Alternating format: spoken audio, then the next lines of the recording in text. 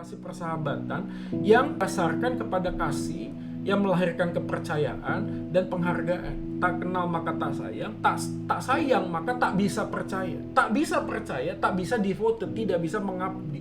Sebenarnya Daud dan Yonatan itu memberikan sebuah bentuk kejujuran, ketulusan, ya, keterbukaan satu sama lain. Jadi ada satu ketakutan-ketakutan, ada sebuah bentuk kecurigaan, ya, sensitivitas yang terlalu tinggi, bahkan dengan orang-orang yang mungkin sudah cukup lama mengenal kita. Kita selalu melihat orang lain itu cocok dengan kita, bisa match dengan kita. Itu berdasarkan yang saya bilang tadi, hobi, tempat, situasi, dan sebagainya. Tapi kita melupakan satu hal yaitu kita ini bertumbuh di dalam Kristus. Maka harus ada kontribusi yang positif antara aku dengan dia sebagai satu komunitas sahabat di dalam Tuhan, yang mampu memberikan sebuah input.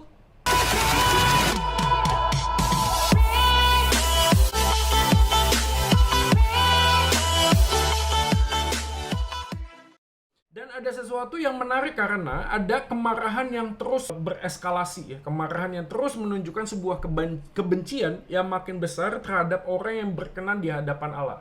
Yaitu konteks 18 tadi waktu kita lihat Daud dan Saul. Ya. Dan kemudian orang itu adalah Yonatan yang adalah anak dari Saul ini. Justru mengikatkan persahabatan dengan orang yang dibenci oleh bapaknya.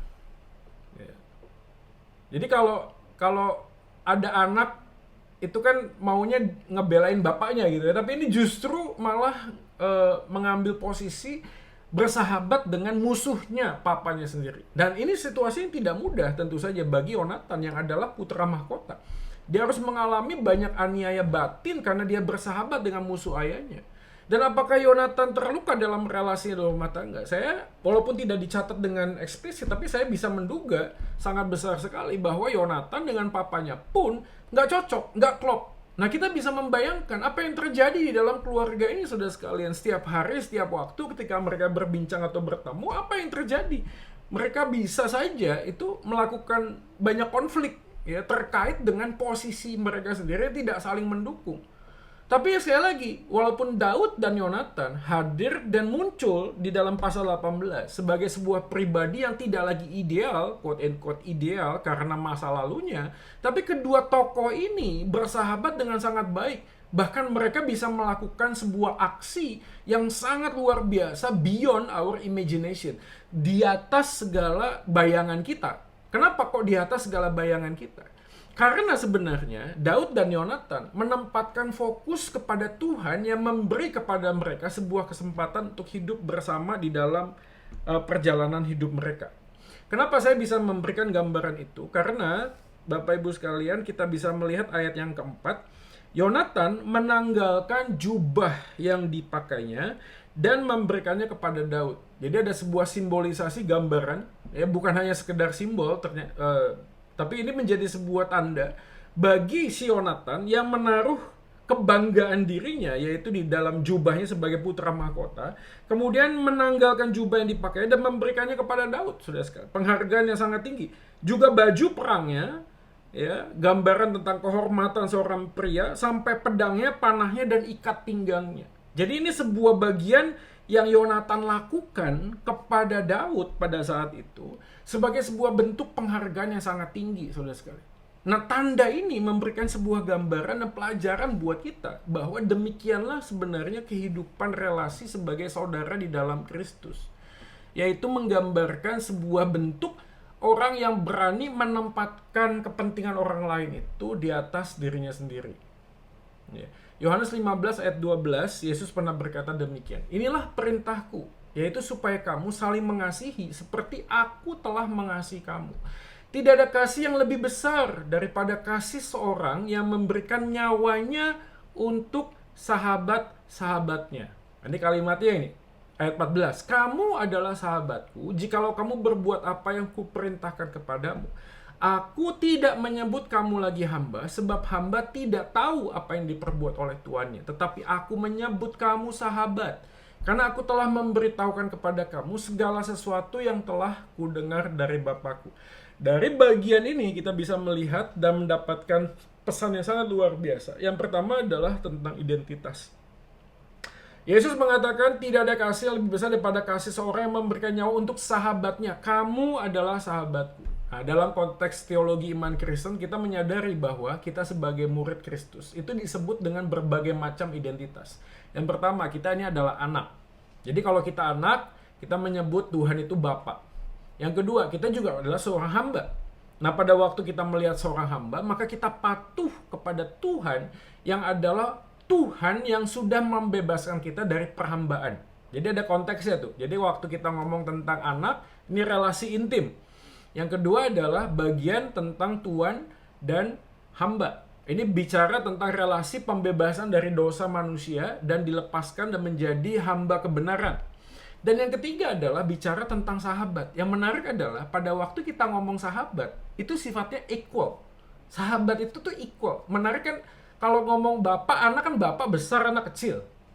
Tuan dan hamba begitu juga. Tuan besar, hamba kecil gitu ya. Tapi begitu ngomong tentang sahabat, ini sebuah equality. Jadi sebuah kesamaan. Jadi seakan-akan Yesus sedang berkata bahwa kamu adalah sahabatku. Di dalam konteks bahwa Yesus yang ada Tuhan, itu berinkarnasi menjadi manusia. Dan dia bergandeng tangan bersama dengan kita. Makanya di dalam konteks bagian yang lain, kita dikatakan imam besar yang agung yang turut merasakan penderitaan-penderitaan. Sebagaimana manusia adanya. Maka waktu dia ngomong sahabat, ini menjadi sebuah bahasa yang sangat dekat dan intim. Dan dalam zaman now, sekarang ini kita perlu merefleksi apakah kita punya sahabat yang seperti ini. Ini berbeda ya, maksudnya ini bukan seperti suami istri, ya, bukan juga seperti hamba Tuhan dengan jemaatnya, tapi ini seorang sahabat. Artinya menanggalkan identitas jabatan tertentu dan menempatkan dirinya sama dengan orang yang ada di depannya. Dan itu digambarkan dengan cara memberikan sesuatu penghargaan. Saudara sekalian, ini penting sekali karena bagi kita identitas tentang seorang sahabat itu biasanya diukur dengan kesamaan hobi. Ya nggak salah juga. Ada juga sahabat yang karena kesamaan visi misi. Sahabat karena sebuah lokasi tertentu. Misalnya kita punya sahabat SMA, SMP, dan itu lagi-lagi tidak salah ya, tidak salah. Tapi yang menjadi pertanyaannya sekarang bukan masalah lokasi, bukan masalah hobi, bukan masalah visi misi, tapi masalahnya adalah bagaimana kita menggambarkan seseorang menjadi sahabat adalah dengan cara memberikan sesuatu di dalam diri kita, penghargaan yang sangat tinggi kepada orang lain, yang mana orang itu pun sebenarnya sama, equal dengan kita. Dan ini poin yang perlu kita pahami, saudara sekalian, karena apa ya, kita harus bisa memberi penghargaan yang baik kepada seseorang itu karena kita sadar bahwa kita sudah lebih dahulu dijadikan sahabat di hati Tuhan. Jadi kalau kita bicara tentang persahabatan di dalam zaman-zaman sekarang ini, mungkin kita perlu berpikir ulang tentang bagaimana kita bisa menempatkan orang lain itu di atas kepentingan diri kita. Bagaimana kita bisa belajar menghargai orang tersebut bukan hanya dengan sama tempat, sama visi misi, sama hobi, tetapi karena kita sadar bahwa kita punya satu fokus yang sama, yaitu Tuhan. Jadi kita punya sahabat yang melihat Tuhan dengan perspektif yang sama. Kesamaan perspektif, kesamaan fokus, persamaan hati, kedewasaan rohani yang sama itu membuat kita itu bisa belajar bertumbuh, saudara sekalian. Bertumbuh tuh yaitu tadi yang dikatakan oleh komentar, ada sesuatu yang aku tahu di dalam diri orang tersebut bisa melengkapi diri saya untuk menjadi semakin bertumbuh mengenal Tuhan. Ya saya tahu bisa juga sih suami atau istri kita, bisa juga jadi papa mama kita menjadi sahabat kita. Tapi yang poin pentingnya adalah apakah ada satu poin khusus, nilai khusus yang membuat kita sadar menanggalkan sesuatu, entah itu ego, entah itu kepentingan diri, itu ditanggalkan lalu memberikan penghargaan kepada orang lain karena dia sudah bisa memberikan sebuah kontribusi terhadap kehidupan kita. Penghargaan harusnya diberikan melampaui alasan status relasi. Entah itu orang tua dengan anak, pimpinan dengan bawahan, dan seterusnya. Tapi memang kita sadar ini sulit sekali untuk kita bisa lakukan sebelum kita melakukan pendamaian di dalam Kristus. Saudara sekalian, selama kita tidak melihat diri kita sebagaimana Yesus melihat diri kita, Kita hanya akan melihat orang lain itu seperti apa yang kita suka. Nah, ini kan problemnya. Kita selalu melihat orang lain itu cocok dengan kita, bisa match dengan kita, itu berdasarkan yang saya bilang tadi, hobi, tempat, situasi, dan sebagainya. Tapi kita melupakan satu hal yaitu kita ini bertumbuh di dalam Kristus. Maka harus ada kontribusi yang positif antara aku dengan dia sebagai satu komunitas sahabat di dalam Tuhan, yang mampu memberikan sebuah input, ya, entah itu kritikan, entah itu nasihat, entah itu teguran sekalipun, yang membuat kita itu semakin bertumbuh di dalam Tuhan. Nah, dalam kasus bagian Yonatan dan Daud, pemberian pakaian, jubah, pedang, dan seterusnya, itu memberikan sebuah penghormatan yang sangat tinggi kepada Daud. Dan yang menariknya, siapa Yonatan, siapa Daud, saudara? Siapa Yonatan, siapa? Yonatan adalah putra mahkota, Daud adalah anak gembala domba gitu loh, yang sebenarnya dari tidak ada apa-apa kemudian seketika mengalahkan Goliat, dia langsung viral kan, dia langsung beken di mana-mana, orang upload tuh foto-foto dia misalnya mengalahkan si Goliat, di mana-mana orang ngomong tentang dia, artikel-artikel semua Jawab Pos lah, Kompas lah mencatat tentang prestasinya Daud. Tapi kan kalau misalnya hanya satu kejadian itu kan tidak akan terus berlangsung lama, ya kita tahu ya. Semua hal yang pernah viral itu kan, ya itu kan seperti pop up soda saja kan, seketika pof gitu, tiba-tiba kan hilang beritanya. Tapi bagi Yonatan tidak demikian. Artinya Yonatan mengasihi Daud bukan karena prestasi Daud mengalahkan Goliat, bukan gitu. Yonatan ngerti sekali bagaimana dia berpadu karena dia sadar bahwa Daud ini mempunyai sebuah nilai yang istimewa untuk membawa Yonatan semakin bisa mengasihi Tuhan. Wujud penghargaan itu dinyatakan dengan sebuah bentuk kasih. Makanya Yonatan mengatakan ayatnya yang ke-3, Yonatan mengikat perjanjian dengan Daud karena ia mengasihi dia seperti dirinya sendiri. Kasih menjadi sebuah dasar dan fokus untuk bisa mengampuni kesalahan-kesalahan orang-orang yang pernah ada di sekeliling kita. 1 Korintus 13 ayat 4, kasih tidak iri hati. Kasih kadang-kadang memukul dengan maksud yang baik, Amsal 27 ayat 6. Kasih menyebabkan kita melakukan segala sesuatu bukan untuk keuntungan kita, tapi bukan untuk kesenangan kita juga. Ya, saya akan coba lihatkan ayat referensi lainnya di Efesus pasal yang ke-6. Dikatakan demikian, hai hamba-hamba, taatilah Tuhanmu yang di dunia dengan takut dan gentar dan dengan tulus hati, sama seperti kamu taat kepada Kristus. Jangan hanya di hadapan mereka saja untuk menyenangkan hati orang, tetapi sebagai hamba-hamba Kristus yang dengan segenap hati melakukan kehendak Allah dan yang dengan rela menjalankan pelayanannya seperti orang-orang yang melayani Tuhan dan bukan manusia. Kamu tahu bahwa setiap orang, baik hamba maupun orang merdeka, kalau ia telah berbuat sesuatu yang baik, ia akan menerima balasannya dari Tuhan. Dan kamu tuan-tuan, perbuatlah juga demikian terhadap mereka dan jauhkanlah ancaman. Ingatlah bahwa Tuhan mereka, ini kalimat yang menarik. Jadi hamba kepada Tuhan, Tuhan kepada hamba, kalimat konklusinya, ingatlah bahwa Tuhan mereka dan Tuhan kamu yang ada di sorga, dan ia tidak memandang muka. Nah, ini kalimat yang penting untuk bisa menjadi gambaran tentang penghargaan dan kasih, yaitu tidak memandang muka. Tidak hanya penghargaan dan kasih, tetapi dari persahabatan Daud kita bisa belajar juga tentang sebuah bentuk kepercayaan. Kasih dan penghargaan melahirkan sebuah kepercayaan. Percaya bahwa hidup adalah sebuah kepercayaan yang daripada Tuhan. Percaya bahwa hidup kita adalah sebuah bentuk kepercayaan daripada Tuhan. Jadi gini, tak kenal maka tak sayang. Tak sayang maka tak percaya.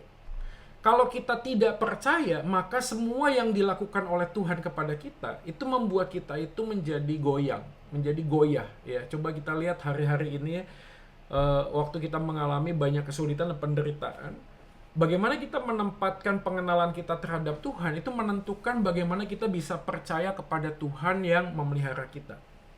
Tak kenal maka tak sayang. Karena kita tidak sayang, maka kita tidak percaya. Karena kita tidak percaya, maka kita tidak devoted. Kita tidak mengabdi kepada Tuhan yang harusnya kita percaya. Nah, formula bagian ini sebenarnya berlaku juga di dalam konteks relasi kita dengan sesama, saudara sekalian. Tak kenal maka tak sayang, karena tak sayang maka kita sulit untuk bisa percaya. Karena sulit untuk bisa percaya, seringkali di dalam hati dan pikiran kita menduga-duga sesuatu dan kita mencurigai apakah ada sesuatu di balik apa yang menjadi kebaikan orang lain. Ya ini nanti kalau kita lihat dalam bagian yang antitesis ya. Kalau ini tesisnya adalah orang yang sudah dimerdekakan, orang yang sudah mengalami kemerdekaan karena masa lalu mereka, tapi mereka bisa melihat orang lain sebagaimana Tuhan melihat mereka. Tapi dalam antitesis yang lain, kita bisa melihat ada orang-orang tertentu yang sulit. Sulit apa? Kadang-kadang baper gitu loh. Lihat orang lain yang sedikit baik, misalnya kalau ada teman-teman yang pernah mengalami pengkhianatan cinta gitu, atau mungkin misalnya pernah dibohongin sama orang lain, entah itu dalam konteks relasi cinta atau mungkin dalam relasi bisnis, itu memberikan sebuah bentuk kayak pelajaran kayak gini, jangan sampai lu kayak gitu lagi dulu gitu loh. Makanya waktu kita masuk dalam konteks relasi apapun itu bentuknya, bisa atau apapun, kita mencoba sebisa mungkin menutup segala celah supaya orang itu begitu dekat dengan kita, tidak lagi mempunyai ruang untuk memberikan respon yang menyakiti hati kita. Ya, jadi menutup segala celah ini seringkali kita lakukan dengan cara itu tadi, banyak interview di depan. Kalau kenal sama orang semuanya ditanya tuh. Ya kalau perlu KTP-nya difoto lalu kita simpan, siapa tahu nanti kalau ada apa-apa kita masih punya tuh identitasnya. Jadi ada satu ketakutan, ada sebuah bentuk kecurigaan, ya sensitivitas yang terlalu tinggi, bahkan dengan orang-orang yang mungkin sudah cukup lama mengenal kita. Orang yang bisa mempercayakan sesuatu kepada orang lain merupakan pertanda akan kesehatan jiwa. Dan ini dilakukan oleh Yonatan tadi. Waktu dia mempercayakan menanggalkan jubah, baju perang, ini bukan hanya sekedar penghargaan kepada Daud, tapi juga Yonatan seakan-akan menaruh sebuah kepercayaan yang tinggi kepada Daud. Seakan-akan dia berkata bahwa engkau adalah di dalam dirimu memberikan kontribusi yang positif untuk aku semakin bertumbuh, dan aku mempercayakan apa yang menjadi pertumbuhan persahabatan ini bersama-sama dengan Daud. Ya. Dan sekali lagi, pasal 18 ayat 1-5 tidak hanya bisa difoto hanya dengan kata-kata, saudara sekalian. Ini sebuah perjalanan. Ya, jadi ada hal yang mungkin tidak tercatat di sana yang kemudian bisa diakumulasi dan dicatat sebagai kesimpulan dalam 5 ayat ini. Jadi kalau demikian, hari lepas hari, minggu demi minggu atau bulan, sebenarnya Daud dan Yonatan itu memberikan sebuah bentuk kejujuran, ketulusan, ya, keterbukaan satu sama lain. Sehingga pada satu bagian si Yonatan bisa mengatakan ini jubahku, ini pedangku, ini panahku, dan seterusnya. Kadang kita tidak bisa percaya kepada orang lain karena kita terlalu khawatir bahwa ketika kita bisa percaya kepada orang lain, kepercayaan kita itu dimanfaatkan. Dan sekali lagi saudara-saudara, ini adalah sebuah zaman yang kita tidak bisa pungkiri. Ya, setiap orang mempunyai potensi untuk melakukan kesalahan, setiap orang mempunyai potensi untuk melakukan sebuah dosa. Bahkan yang sering kali terjadi adalah pada waktu kita mempercayakan atau mempercayai seseorang, orang yang kita percaya itu justru memanfaatkan kepercayaan kita. Tapi itulah sebenarnya bentuk kehidupan manusia, bukan?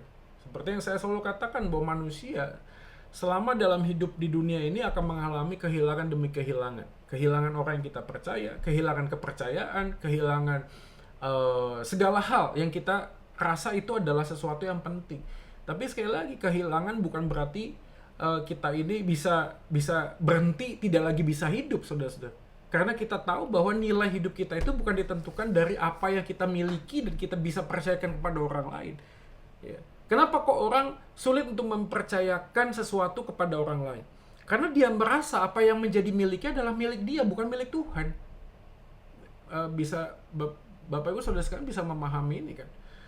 Pada waktu kita mencoba untuk membuka sebuah ruang untuk berelasi dengan orang lain, kita selalu menduga apakah orang lain akan melakukan sebuah kesalahan, memanfaatkan kepercayaan yang kita berikan kepada dia. Ya bisa saja gitu loh. Tapi bagaimana kita bisa membuka, bisa menutup semua celah itu? Tidak mungkin gitu loh. Yang satu-satunya kita bisa pastikan adalah waktu saya mempercayakan sesuatu kepada orang lain, saya percaya bahwa apa yang saya percayakan bukan milik saya. Ada milik Tuhan.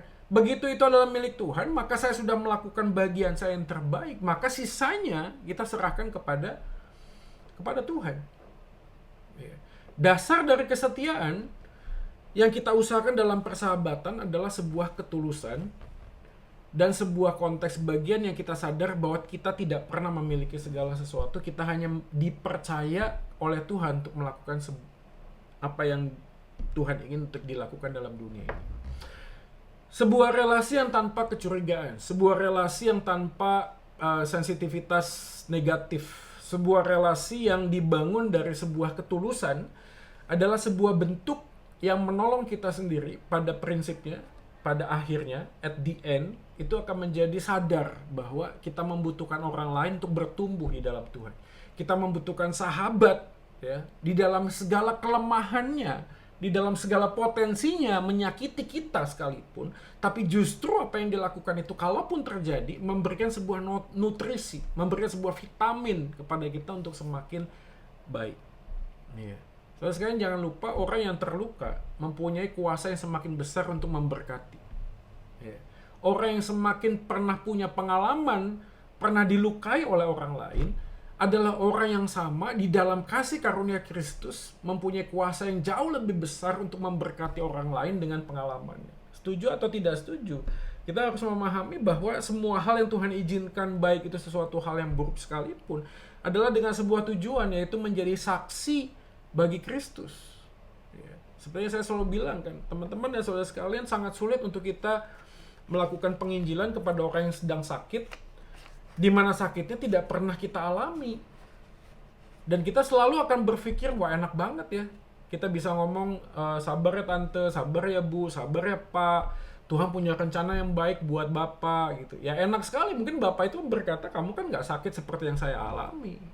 Ya sangat wajar sekali. Tapi kalau ada orang yang pernah mengalami yang Bapak itu alami dan mengatakan hal yang sama, ini menjadi identifikasi itu tadi, equality, sahabat. Oh ya, sahabat, sama. Aku tidak lebih baik darimu, kamu juga tidak lebih baik dariku. Kita dalam kesamaan inilah sedang bertumbuh bersama. Nah, orang yang pernah mengalami sakit hati, terluka di dalam masa lalu, hari ini harusnya membuka mata dan melihat bahwa Tuhan mengizinkan masa lalu yang buruk sekalipun untuk hari ini dan ke depan melihat bahwa itu semua menjadi bahan bakar yang kuat di dalam kuasa Roh Kudus untuk memberkati orang lain yang pada saat itu juga pernah mengalami luka. Nah, inilah sebuah bentuk kontribusi saudara sekalian. Inilah maksud dari sebuah bentuk relasi persahabatan yang didasarkan kepada kasih, yang melahirkan kepercayaan dan penghargaan. Tak kenal maka tak sayang, tak sayang maka tak bisa percaya. Tak bisa percaya, tak bisa devoted, tidak bisa mengabdi, tidak bisa membangun sebuah ketulusan. Maka kita harus membentuk sebuah pola berpikir yang positif, mengenal Tuhan yang kemudian mengasihi kita sebagaimana kita ini adalah manusia yang sering berdosa. Pada saat yang sama, kita juga belajar untuk melihat orang lain sebagaimana Tuhan melihat dia.